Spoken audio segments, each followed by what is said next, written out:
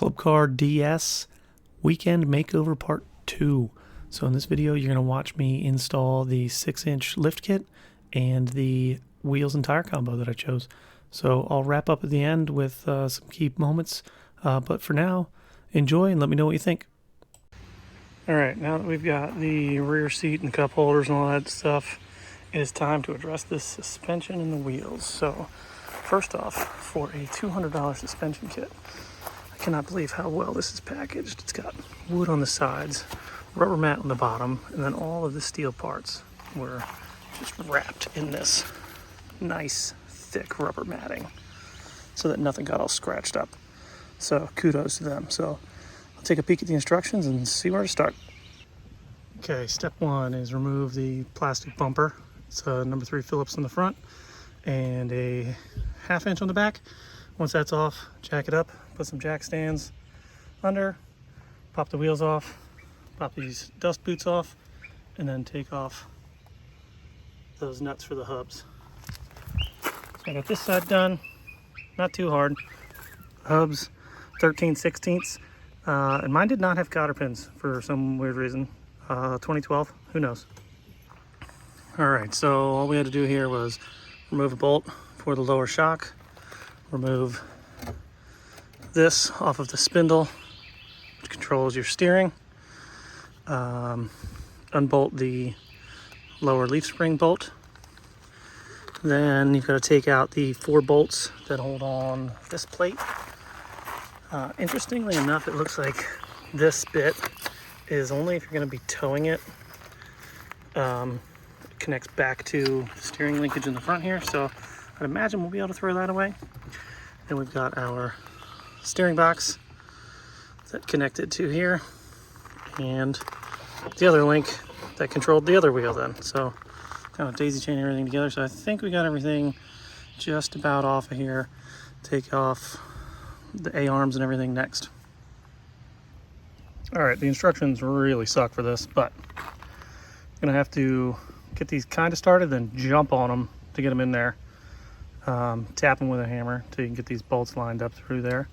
They don't tell you what bolts to go where, so you just kind of got to figure it out. From what I could see from the instructions, this will be the front, and the little arms that connect to the leaf spring go in the front hole. And then over here, got the I just took out this whole front assembly because I did not feel like removing the whole front body, and it was a pain in the ass to get to. It came out really nice and easy. Just one bolt from the steering linkage there, because you already had to take everything else out, so why not? So then the A-arms go, the upper A-arms go in with the gussets towards the back there. To give you 2 bolts for the shocks. Again, nothing's labeled, so you just kind of figure it out. Yeah, we'll go from there, see what happens next. All right, so that was a nightmare. I had to kind of improvise a little bit because I'm at the campsite. So all I had was bacon grease to cool my bits down. But these, I don't even know, these spindles, they call them something weird on golf carts. These spindles, all the holes were too small. So I couldn't get any of these steering linkage bars actually through the holes. By literally like 2 sizes, so it wasn't just the powder coat. So I don't know, it doesn't look like these have ever been replaced on my cart. So I'm assuming that's why maybe this kit is sub $200, because you gotta drill those 2 out, and then on the other arm, that one. So, all right, take 2. Okay, so since I wasn't great with updates along the way, here's what you need to know if you're gonna buy this kit. The instructions suck. So you end up with this main base plate. There's no holes on one side of it, and there's 4 holes on the other side of it. The 4 holes obviously go towards the back because that's where they made up with the factory 4 bolts. These lower A-arms, they are the same, so it doesn't matter which one goes on which side, but it's not a perfect fit. So you gotta really wedge them in there. It's kind of a pain in the butt. Once you get them in there, then you can drive these bolts through. Once you get those in, then you gotta kind of flip it upside down, get this leaf in, and then get these, I don't even know what you're gonna call these, whatever you want to call these bushing rods in. You essentially tie the lower control arm to that new leaf spring up front. You'll do that on both sides. Once that's all in there, I took a block of wood and my jack, just got up underneath here, held it up in place, was able to get these outer two started. Then I was able to move the jack and get the inner two started.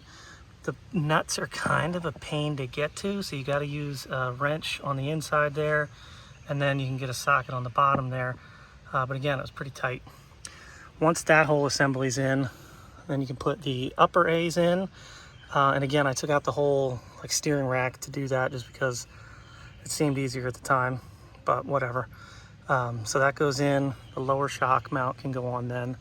And then you've got these spindles. And again, these are perfect. But this point back here, where this whole steering linkage mounts up, you got one hole on this side, and then you got two on the other side that are gonna need to be drilled out. So you got your actual steering box and then the linkage between the two. So you got 3 holes total that you're gonna need to widen out until you can get these ends through.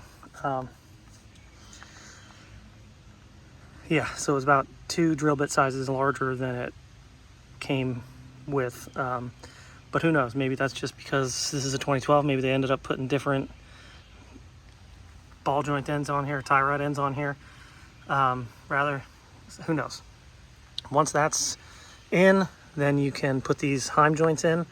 They give you lock nuts. Unfortunately, they're all right-hand thread, so there's no real way to adjust these other than take an end out and start spinning and then tighten them back up when you want to do your final alignment. So we'll see how far off I am off my guesstimates.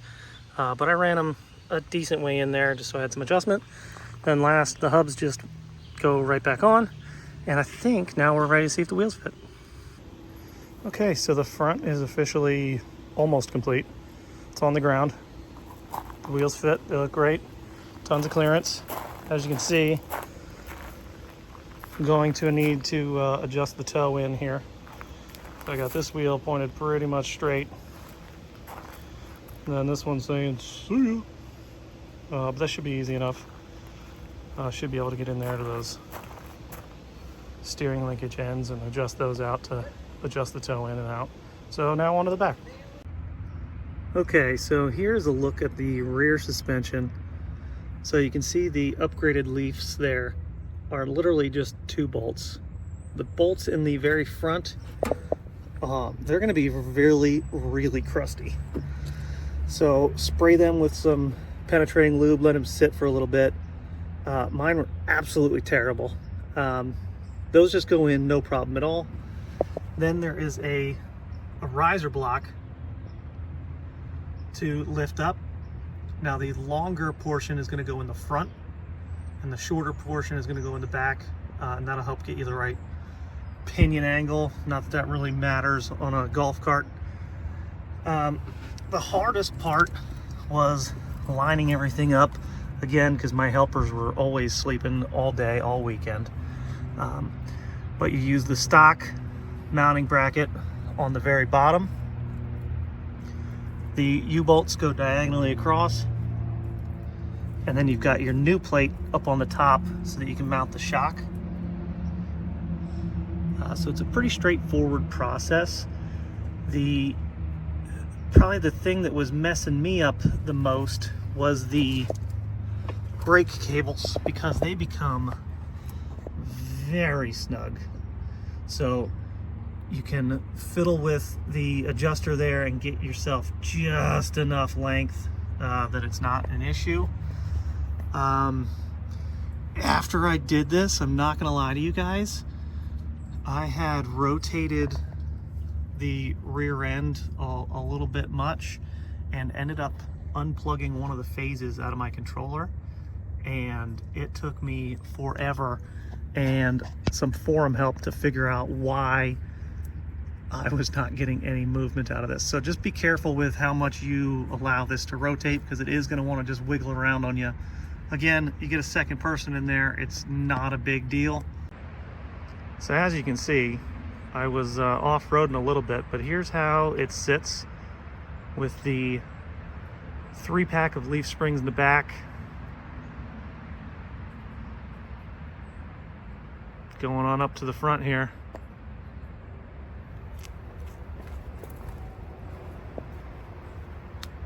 I think it's a pretty decent stance.